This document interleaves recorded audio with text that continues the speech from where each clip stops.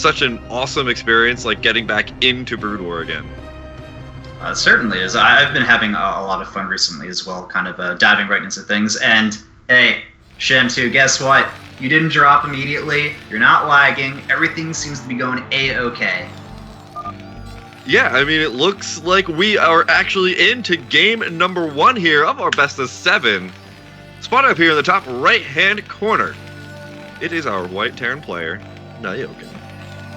Indeed, and in the bottom right-hand corner, it's going to be the orange Protoss player hailing from Canada. It is Roots TT1.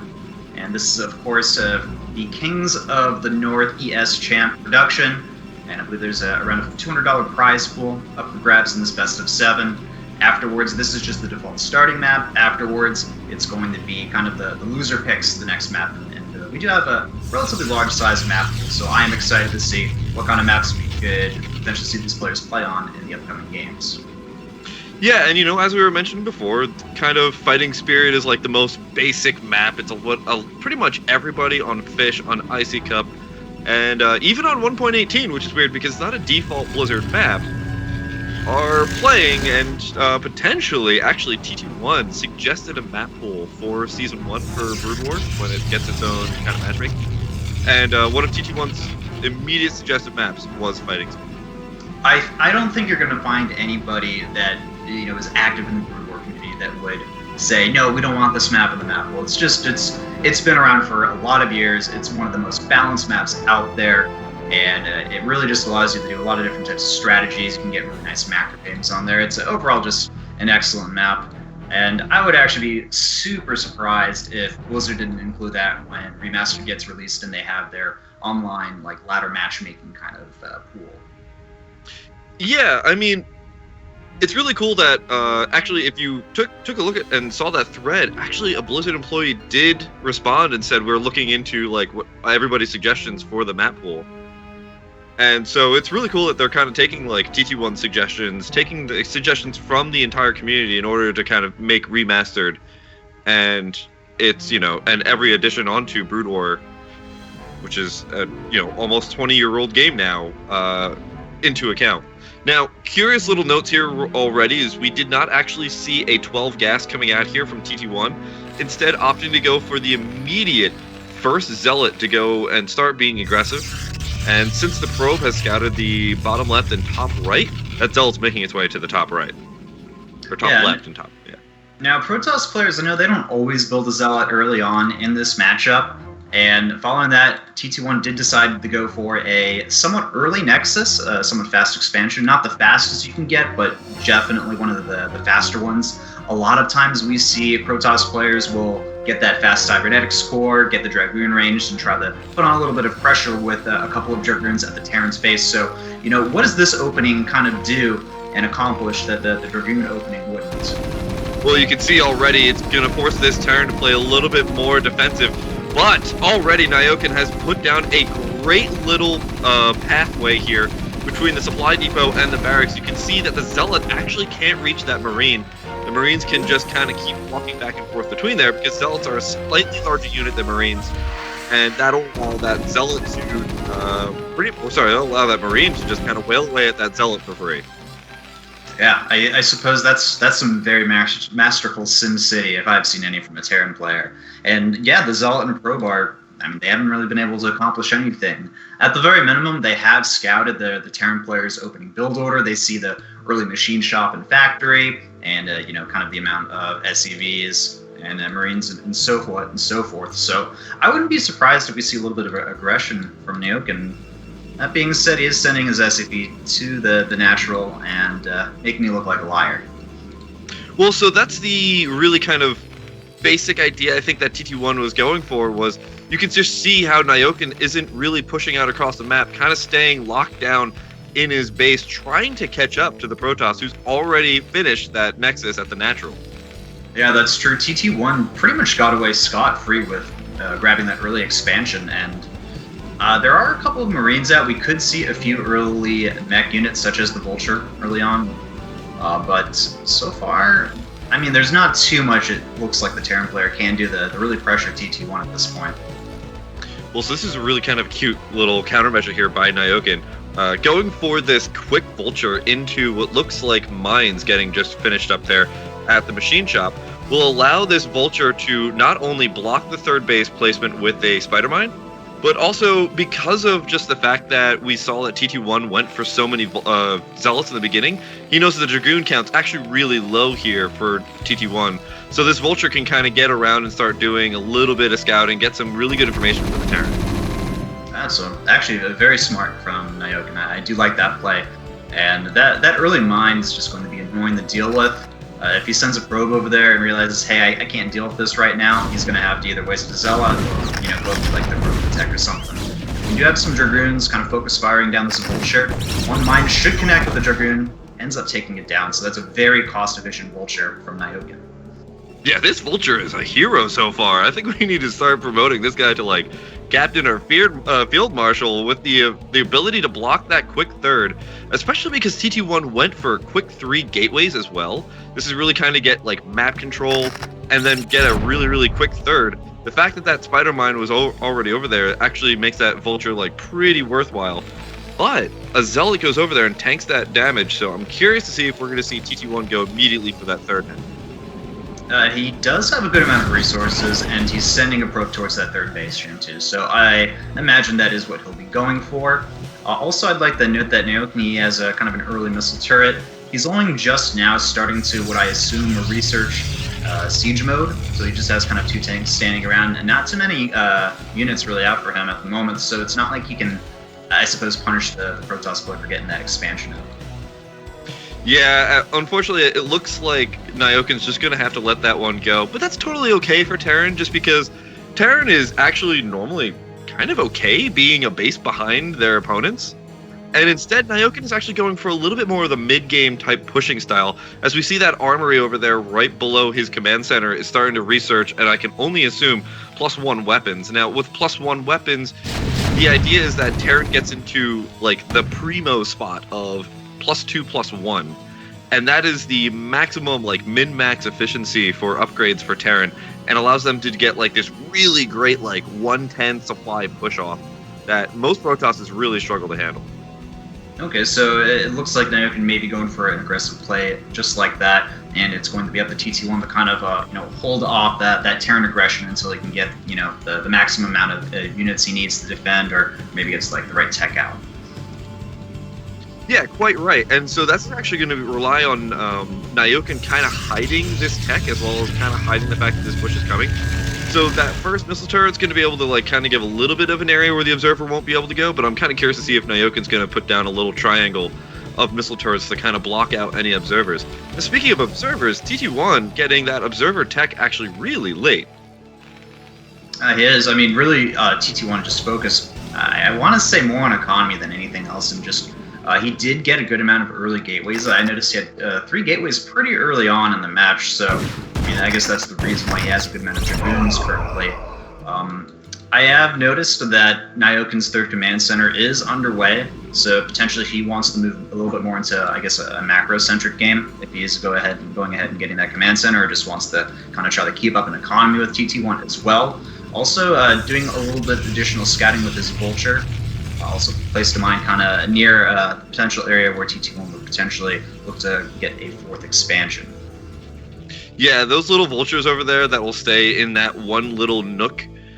If you just are a Protoss and you're just sending like a single probe over there to go check to see if you can go put down a 4th, that vulture will be able to nab that pretty much for free. And as a person who's just like sometimes not always paying attention to that probe to go make the 4th base, I've just been like, why is my 4th base not coming up? Like, what's going on here? And then I finally get over there and see that there's a vulture over there. So I really love those types of little maneuvers. Somebody who's like a little bit too busy because maybe there's a push coming down your throat, you're not going to see why your probes are not actually building the 4th that you expected. So TT1 does have a probe scout, which I assume is just kind of looking for any maybe hidden expansions, or just any additional information you can get on Nyoken. And Nyoken is looking to go ahead and grab his 3rd expansion. He just finds some buildings over towards the high ground, and he's also posturing himself a little bit closer to TT1. He has the option of getting his 3rd expansion kind of around the 12 o'clock. But can you kind of maybe tell me and the viewers why Nyoken would want to have his third base kind of close to the TT1 instead of farther away? Well, so there's two reasons unfold here.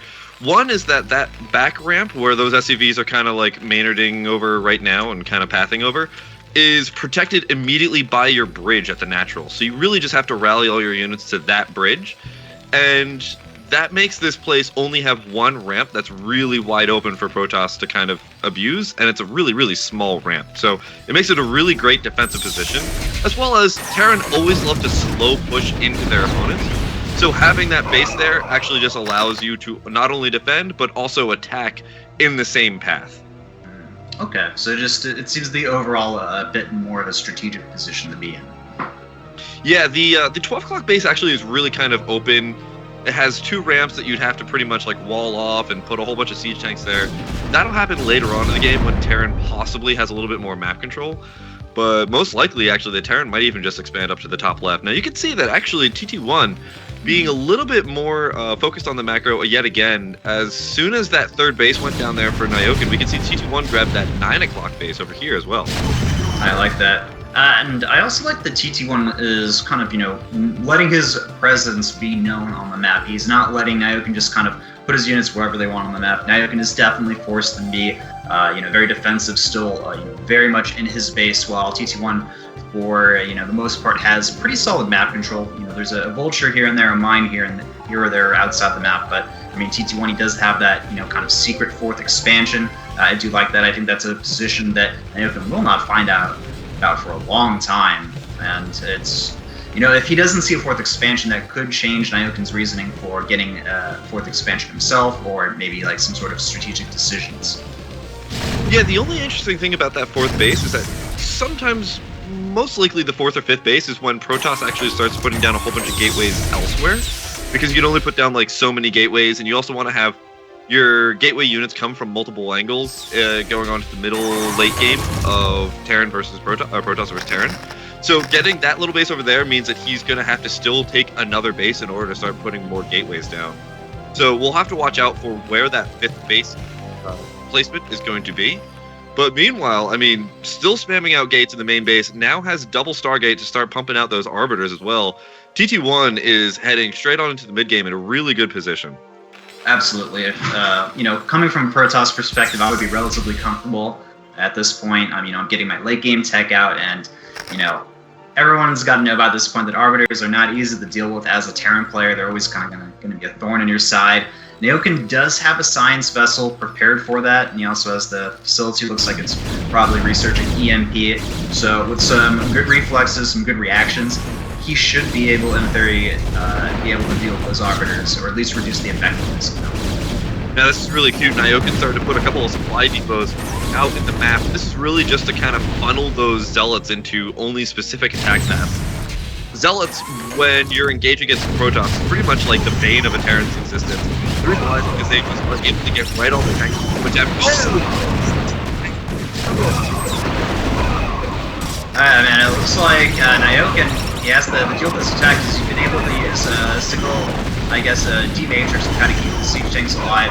TT1 is losing a lot of units. He's still ahead in supply, but it's pretty much evened out, and it looks like Nyoken should be able to thwart this. That being said, there are a lot of additional Zealots coming in. The Protoss Arbiter is still up in the air. The missile turret is doing a lot of damage to the long-term life, but they will be cleaned up.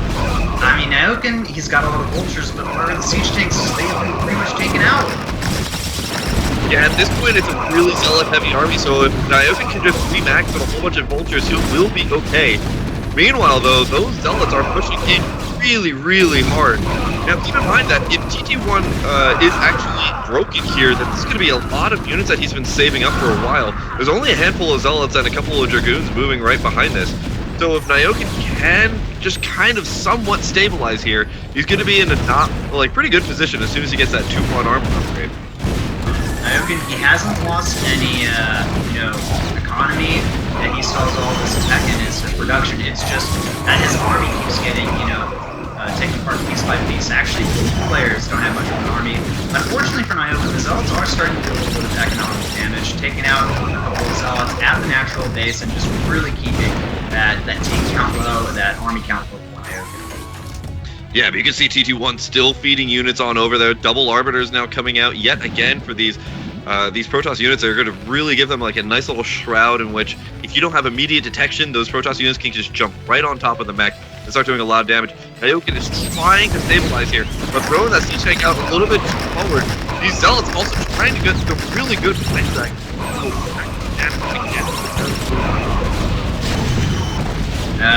It does look like Nyoken has managed to stabilize. He's got a good amount of siege tanks on both the low ground and high ground.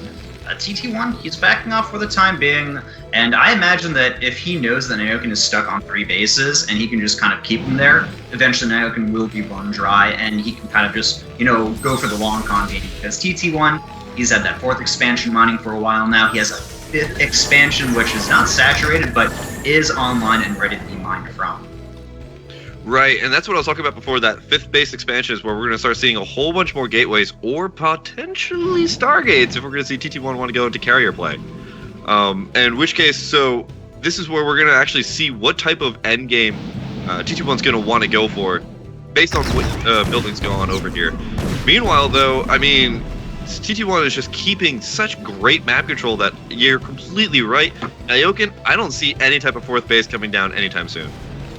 So I want to kind of make a little point that there is an Arbiter heading towards Nyoken's natural. It may actually go into the main base, kind of where the factories are.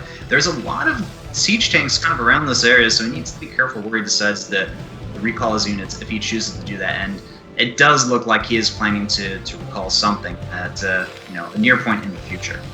Actually, it looks like there's potentially 2 recalls set up. There's one outside the 3rd base, and there's one outside the natural as well. Right, Sham, too. I think Nyoken is going to get a double recall here, and that's going to be really annoying to deal with, if not potentially game-breaking. Now, you can see Nyoken is doing a very, very smart maneuver. This is what Terrans do in order to kind of stave off the ability for a single Arbiter to do a lot of damage. They start putting down a whole bunch of mines. Now, the only potential risk here is if those mines actually don't... Oh no, one of the mines was able to kind of, hit a lot of vultures. The Zealot kind of did the mine dragon. There's not a lot of Terran units left. A few extra science vessels are doing a lot with the defensive majors, keeping the siege tank alive, the lone one. But there's still Zealots who aren't running rampant at this 3rd expansion. They've killed off a good amount of SCVs, a lot of units. Nyoken should be able to clean this up. But I mean, every time TT1 goes for a big attack, he's able to come out just slightly ahead of Nyoken. Yeah, and that was the most unfortunate mine. I'm not sure if you saw it, but a mine went and de-shielded siege tank, which meant that all of the SCVs repairing it immediately got evaporated. That's a really, really rough loss here. Meanwhile, though, I mean, like, looking at the supply, that looked really, really brutal. The good thing is that, A, Nyoken's got a whole bunch of SCVs still at the main that he can move on over to the 3rd base, as well as Nyoken's got a massive army right now. He does, and I would go ahead and say that there's a good chance he has less workers than TT1, so his, actual army supply is probably a little bit closer to what TT1 has, because TT1's maxed out at this point. Nyoken, he's about 20 supply, give or take, from maxing out himself. I mean, just look at that siege tank count. That is a lot of tanks. The only thing is, Nyoken just had a massive recall against him by TT1.